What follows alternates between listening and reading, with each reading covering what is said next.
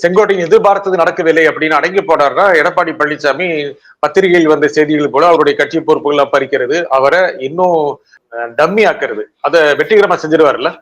பொதுவா அப்படிதாங்க. அரசியல்ல வந்து எதிர்த்தோம்னா எதிர்ப்பை காட்டாம உள்ளுக்குள்ளே இருந்து உட்பகையா இருக்கணும்.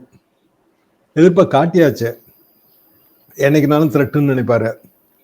அண்ணாமலை வந்து அவரோட ஆம்பிஷனை விஸ்தரிச்ச பிறகுதானே அண்ணாமலைக்கும் எடப்பாடி பழனிசாமிக்கு இடையில அந்த முட்டல் மோதல் ஆரம்பிச்சது. இன்னொருத்தர் முதலமைச்சர் ஆகிறதுக்கோ இல்ல அரசியல்ல நமக்கு போட்டியா வர்றதுக்கோ அவரை வளர்த்து விட முடியாதுல்ல யாராலும். அப்போ எடப்பாடி பழனிசாமி அதை கண்டிப்பா மனசுல வச்சிருப்பாரு. சரி, சசிகலாமா அவருக்கு பதவி கொடுத்தாங்க.